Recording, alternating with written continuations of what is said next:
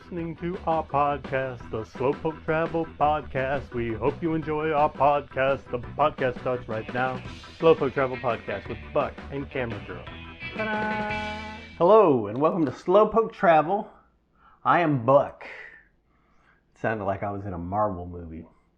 But I'm Buck, and Camera Girl, my partner, is off at a lighthouse. So I am by myself today. She's off touring a lighthouse with a friend of hers. We are on the coast of North Carolina.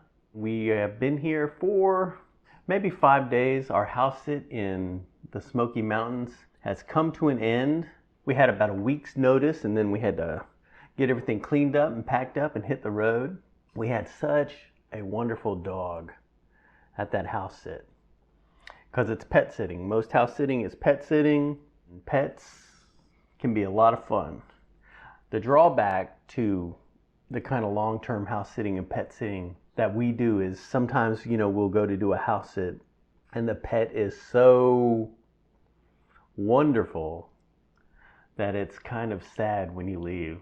And I sort of felt like that when we left this house sit because the dog was really wonderful and definitely good for us. Got us out walking, being in the Smoky Mountains and the foothills of the Smokies. We were able to get out and get a lot of exercise.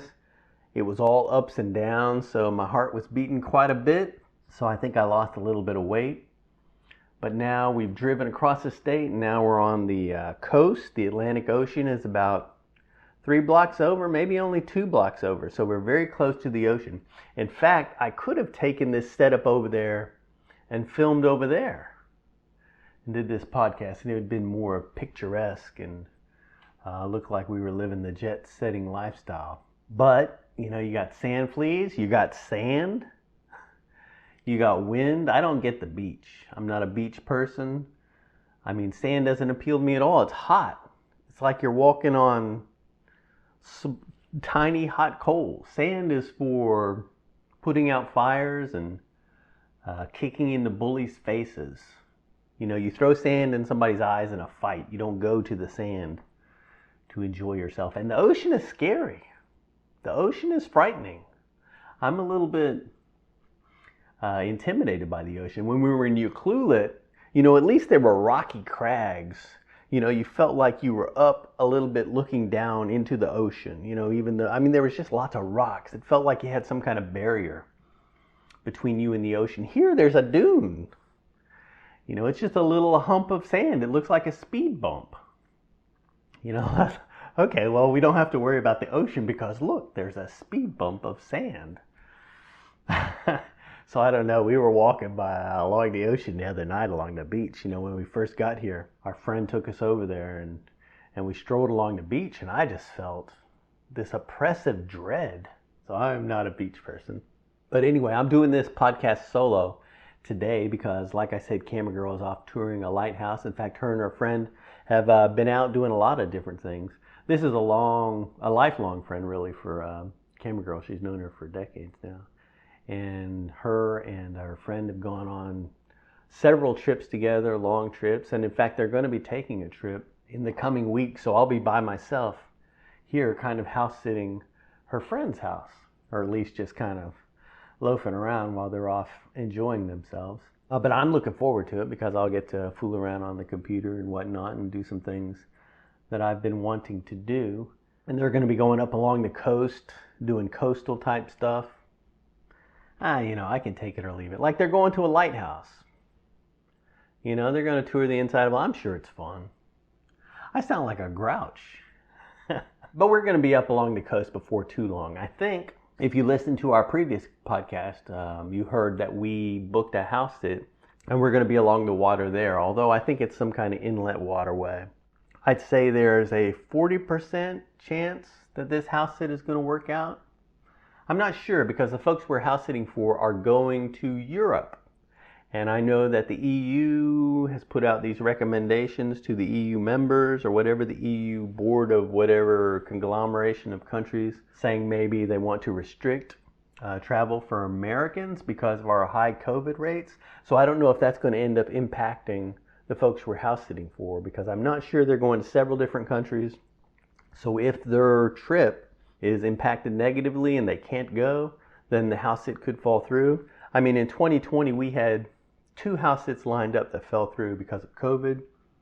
This year, we have booked 2 house sits. We've only applied for 3 house sits.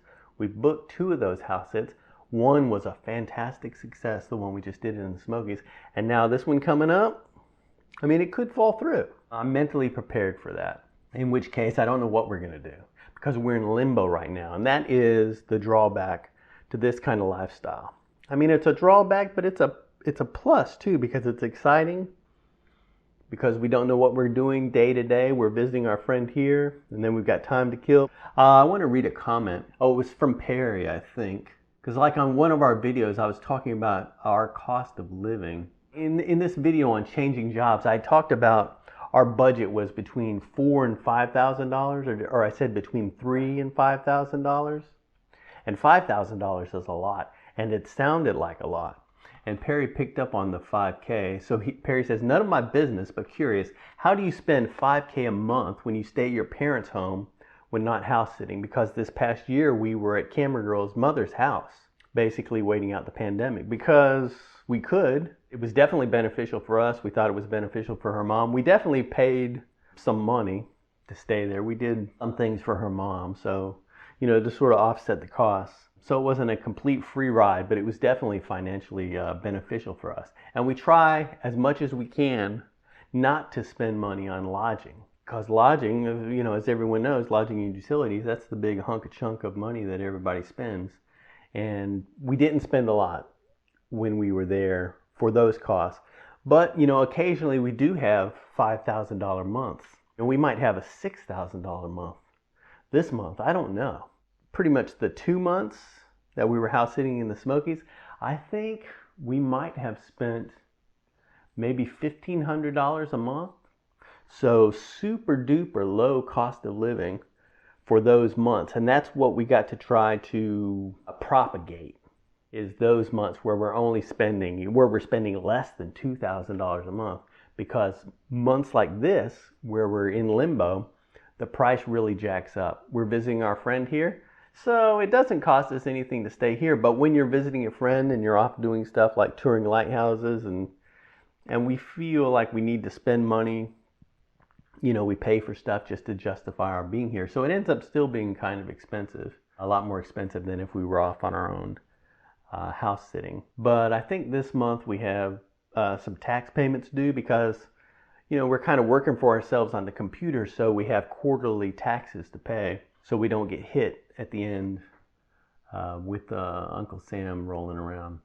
So when you factor in those tax payments, you know, coming this month where we're going to be spending for Airbnb and motel costs and travel costs, it's going to be an expensive month. I'm not sure what my point was. What did I answer here to Perry's question? I said we don't generally spend 5K a month, but that is the extreme that we have to deal with when our bills line up in the least desirable way. So we have to be prepared when that happens. Sometimes we have higher travel costs plus Airbnb costs. Quarterly tax payments fall in the same month, so our cost for the month might be that high. And that bursts our budget. It bursts our budget, but it doesn't burst our budget because we think about that. You have to think about that. So when we have these super duper low cost of living months, you know, we balance them out by not so low costs. Not sure what I'm doing here. I bet it feels obscene. I think in all of these podcasts, I haven't exactly said who we are and what this podcast is about. But Camera Girl and I started traveling in 2012. I've always traveled. I've always been kind of a vagabond, shiftless, but really I'm just a kind of a short attention span guy. But I started moving around when I was in my mid-20s and doing a lot of seasonal work and bouncing around. My dad was in the military. I mean, we did that when I was a kid. I think I went to almost 10 schools, you know, over the course of my educational career. So I was used to getting yanked around from place to place. And I guess that kind of solidified who I am, or cemented it in my genes.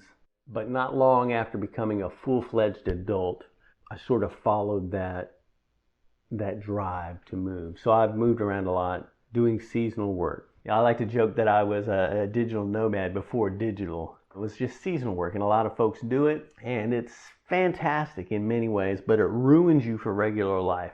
I am ruined for regular life. I can't imagine being in one spot for an extended period of time. Although we got to Seattle and we did that. When CG and I got together in Tallahassee, we were there for quite a while. I was in Alaska, and then I was in Seattle, and then I went down to Tallahassee to get my possessions. And Camera Girl and I, we had known each other since our early 20s, but we had never been romantically involved. But we ended up hooking up together in Tallahassee like 2005. We were in our 40s, and we thought we'd give it a go, and it kind of worked out. And it's been a fantastic event in my life. But my first job was to try to unanchor her, to disinter her from the sepulcher of an existence that she had there in North Florida. So I pulled out my little shovel and I started extricating her.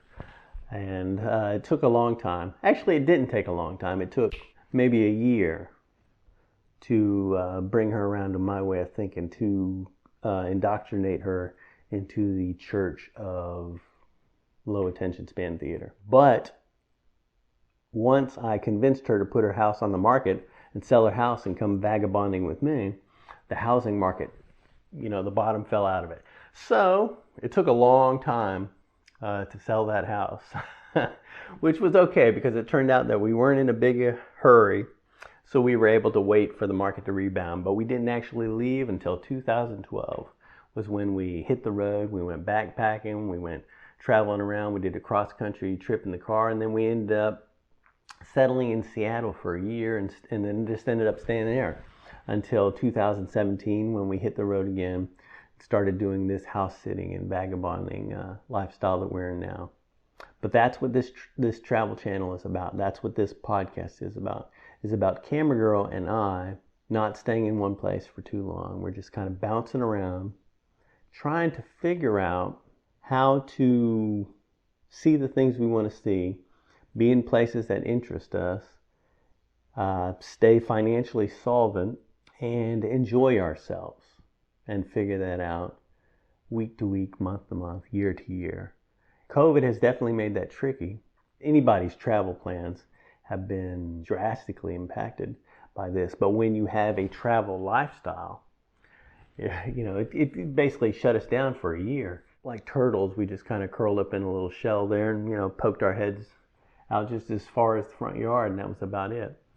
And now it looks like maybe we have poked our arms and legs out and started walking a little too soon, because it doesn't feel like COVID is going anywhere anytime soon, but it feels like the restrictions really don't feel much more lenient, or I don't have the confidence in travel that I thought I would be having here as we close in on the end of 2021. But that being said, we have done a house sit and we are potentially heading off for another house sit. I had an interesting question here I wanted to read. This is from Sophia. I like this question, or I like the thought behind this question. Sophia says, Chef Buck, did you ever have any doubts whenever you took off for the trail or whatever other venture? Like worrying about leaving your family, or if things didn't work out, or if you ran out of money? I'm very much a vagabond at heart, but I struggle with the idea of taking off with no concrete plans and only a vague outline. But I guess that's part of the adventure and part of finding yourself. And I think you were speaking about the law of attraction, with visualizing a place to be and eventually getting there. I don't know if you believe in that or similar philosophies, but these ideas have always been intriguing to me. And my reply, this is from a few days ago. Let me see if I still agree with what I said a few days ago. I answered, I guess I always figured I could start over wherever I was at, so I never worried too much. Hiking on the trail as a younger person made me realize how little it takes to make a living. Of course, that's as a single person living a pretty minimalistic lifestyle. But living can be a lot of different things. I think as I get older, I'm getting less adventurous and less confident in my body to spring back from tumbles. But I still don't worry too much because this particular journey of life seems to be a finite prospect, at least as I know it. Maybe there is something after this life, but I'll just focus on this one. And if I can live and be reasonably content day to day, then I figure I'm at least heading in an okay direction. There's always downs to go with the ups, but that's the way it works. So I need the times when things don't work out to appreciate the times they do work out. But what's funny is that sometimes when things don't work out, it can still be a good time. It's just figuring out how to look at the thing with the right perspective. I'm trying to work on figuring out how that works, and I've got a long way to go, but thinking that way helps keep me semi-optimistic. I mean, that's an okay reply. I don't know if I actually said anything in all of that wordiness. Things cannot work out wherever you're at.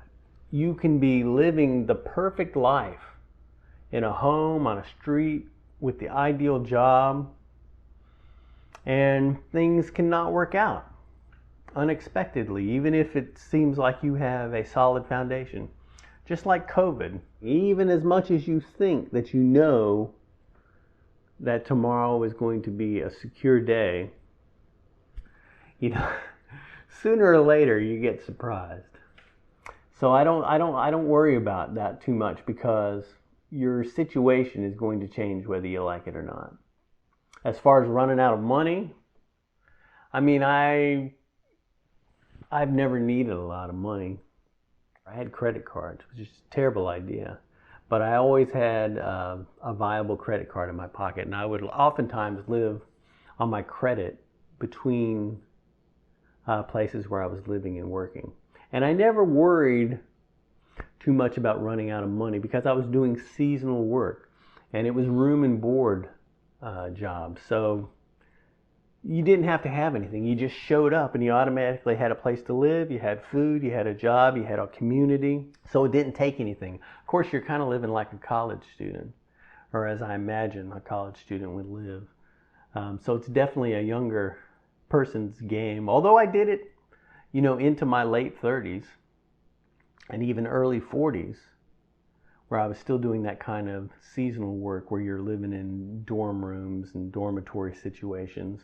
I remember the last seasonal job I had was up in the Arctic, and I was staying in this place, and I actually shared a room with another fella, but I don't like sharing rooms, especially as I got older, so I didn't even live in the room. I actually put my tent up outside, which in retrospect probably wasn't a great idea because everybody up there was walking around with shotguns, when they'd go out, into the wilds around the area where the resort was located.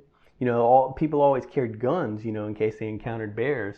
And here I am just lollygagging out here and pitching up my tent and sleeping out there. Probably not the smartest thing, but I mean, I would sleep in my tent. I did that one winter at a resort where I was working at. I was in the dormitory, but I didn't want to stay in the dormitory. So I set up my tent. There was a ski shack where they kept some ski supplies on the property, but it was a dilapidated type shack. It had huge gaps in the walls. I mean, the wind would whistle through the place. It wasn't insulated at all, and I mean, sometimes it would get down into like the -20s. I mean, it was freezing. It was a snowmobile resort up at 8,000 plus feet elevation, but I could set up my tent inside this shack, and then it had an electrical outlet in the shack, so I could plug in a heater and I could blow hot air into my tent. So I could heat my tent. My tent would be insulated. And so I was able to spend the winter living in this shack. And I was in the housekeeping department. So I could go to the spa area before it was open, and I could do my toiletries and take a shower and all that stuff. So I had access to bathroom facilities, and I had my tent that I could live in, that I could keep warm enough throughout the winter. So even though it was a dormitory type room and board situation, I was able to work around it so that I was sort of had my own spot, although a lot of people thought I was crazy. But I thought they were crazy because, they're living in their dorm. I got my own little dilapidated shack to live in. Golly, I just get on these tangents and I don't know where I was at. Oh, you're just going to have to forgive me on this podcast. I need to write stuff down so that I have an idea of what I'm talking about, because I'm just rambling. I can't remember why I started that story. Let me focus on this line right here in my reply, where I say, as I get older, I'm getting less adventurous and less confident in my body. That's true, and in my mind. But getting older does make a difference in my decision making. And I really lucked out because I was kind of a semi-bum for such a long time. And I just thought I would just continue on with that in perpetuity until I keeled over. You know, that's what everybody thinks. Oftentimes you don't keel over in a timely fashion. It's a long, drawn-out process at the end, or at least looking around and seeing what happens to folks as they age. But, you know, fortunately I hooked up with Camera Girl, and now I'm in a different stage of my life, and it certainly is more stable than ever before. Although my contribution to the relationship is really to add a dose of instability. But despite all of my destabilizing effects, Camera Girl helps to give us a better foundation. And I think about that more as I get older. So I like to have a foundation. So Sophia says, I'm very much a vagabond at heart, but I struggle with the idea of taking off with no concrete plans and only a vague outline. Yeah. When I was younger, I didn't have a plan. You know, I just went, my plan was to go hiking on the Appalachian Trail, and then everything kind of tumbled away from that because I met so many interesting people backpacking. You know, it introduced me to new thought processes about how I could live my life. It introduced me to seasonal travel and work. So that was sort of a jumping off point to a lifestyle that I just kind of figured out as I went along. At this age, I feel like I could do that still, but I don't know if it would interest me as much. Life seems long. I don't know if that's a good perspective to have or not, but it seems like it's lasting a very long time. And I feel like I've seen a lot of stuff. I mean, a lot of good stuff. I mean, there's a whole lot of bad stuff that I'm sure I have been spared, and I would like to be spared that in the future. I sort of feel like I got a big bunch of chips in front of me. I feel like I've done very well at this casino of life, and now would be a good time to take my chips and go. If I keep playing, I mean, I can't keep this up forever, this streak. But life is ups and downs, I guess is sort of what I said here. This is not very helpful. If you're looking to become a vagabond, this is not a very helpful diatribe. But I think that no matter what I plan, it's probably not going to work out the way I think it is. And knowing that in advance is very helpful. Now I will wrap this up maybe by talking about Buddhism. That's not here. I'm going to back up. So I never even said that word. So since this podcast is about Camera Girl and I traveling around doing what we're doing, I'll just say that our house sit in the Smoky Mountains ended. We trekked across the state of North Carolina here to the coast. And now we're here for a few days. And then maybe we're going to travel up north and do a house sit up along the New England coast. And we sort of did that because there are some folks up there that we would like to stop in and say hello to. But also the leaves will be changing colors. So it will be a lovely time of year, we're hoping. It's going to be expensive. I hadn't thought about that. I hadn't thought about with the fall colors, you know, the costs of accommodations are going to be a little higher that time of year because it's getting in season for some places, you know, for some of the places that we'd like to visit.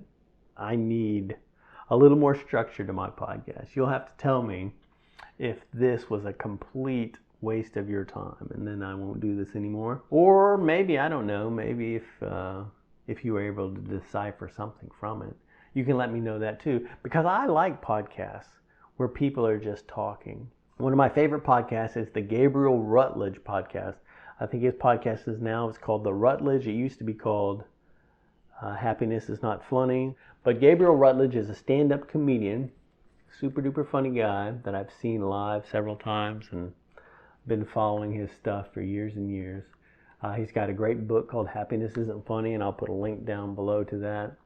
Just one of the great comic memoirs, basically about being just a regular guy, stand-up comedian, making a living, traveling around for a year, and it's basically a journal of his year in the world of stand-up. But he has a podcast, and he talks a lot on his podcast just as a person who happens to be a stand-up comedian. And I love listening to it. And I like listening to podcasts where people are just being themselves and talking about stuff.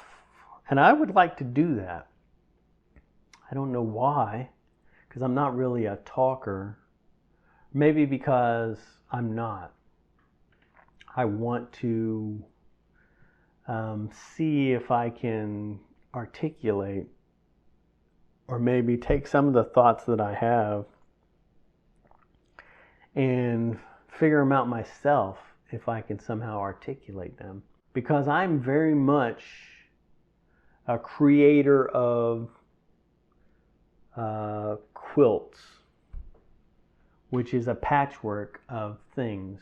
I mean, if you watch my videos, if you pay attention, especially on my cooking videos, I could show you a timeline of my cooking videos.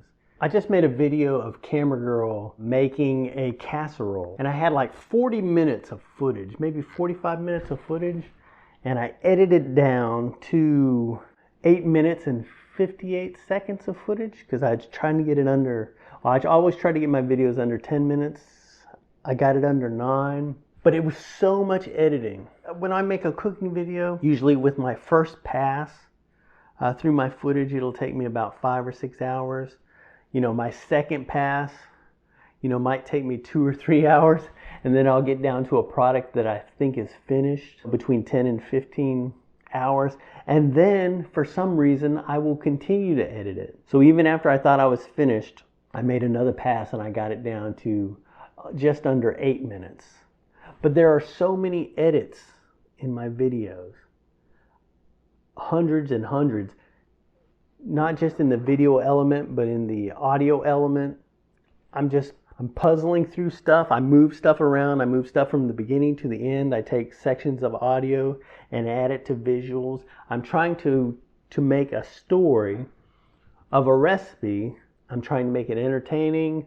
I'm trying to actually make it as a viable, usable how-to. But I get bogged down in the creating of this video. It's not natural at all. I take out as many ums as I can, although I still have a lot. I craft the hell out of a video.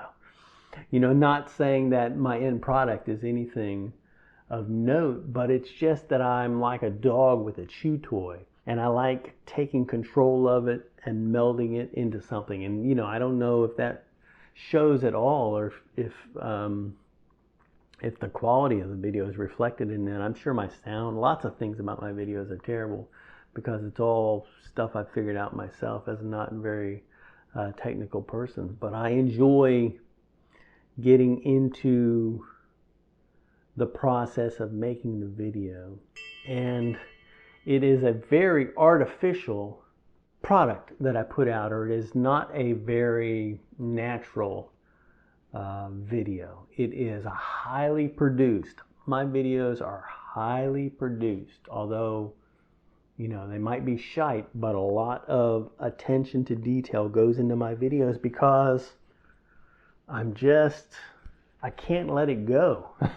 You know what? If I I'm not going to do it, but if I opened up that file on that casserole video that I started off at 40 minutes and got down to 9 minutes, and now I got it down to just under 8 minutes, I bet I could get that video down to less than 6 minutes if I wanted to. I got to check this every time it dings because I'm addicted to house sitting, and I don't want to miss a listing. Even though we're already booked up till the end of October, and I don't want to book beyond that until we figure out what travel is going to look like, or what we can imagine it's going to look like. But again, I got distracted and I lost my point. Something about the videos. I want to be less edited and more natural. I was hoping that doing a podcast would make me more naturalistic, but I find myself editing the hell out of the podcast. You watch the video portions of my podcast, and maybe I'll do better on this one, but as you watch my videos, you see they're just constantly jumping, constantly, because I have to cut out all the dead air. I have to somehow eliminate the things that don't work. But I'll wrap it up. I'll end with my commercial, which is for Camera Girl and I. We have a Patreon. Now, we don't offer anything with our Patreon, which maybe is a mistake. Maybe we should offer something with that. But I don't like not putting everything that I make up. You know, I want it to be searchable, and I want it to be for as many people as can find it. I don't want to just make something, you know, and put a lot of time into it, and then, you know, just a handful of people have access to it. I would rather everybody have access to it. Hopefully, it is something that is beneficial, and that I will reap some reward from that, just from the fact that it's out there, instead of trying to sell something as far as videos go. I am going to try to sell something. I'm doing some other stuff with some other software, trying to create some artsy-fartsy type stuff. But we'll see how that goes. I got so many projects. I got a couple of books I'm working on. Who knows what will become of any of that stuff. You can go over there and support us on Patreon. We've got a PayPal tip jar, and you can support us that way. You can support us by liking the videos, sharing the videos. Review this podcast if you're listening to the podcast portion of this. And I hope you are, because I hope this works as just an audio piece. Thanks for watching and listening to the Slowpoke Travel podcast. I'm Buck, and this isn't Camera Girl, and we will see you in the future. Bye-bye. Alrighty, that is it. If you enjoyed it, click, subscribe, review, share all over the global internet sphere. Thanks for listening, and we will see you next time on the Slowpoke Travel podcast.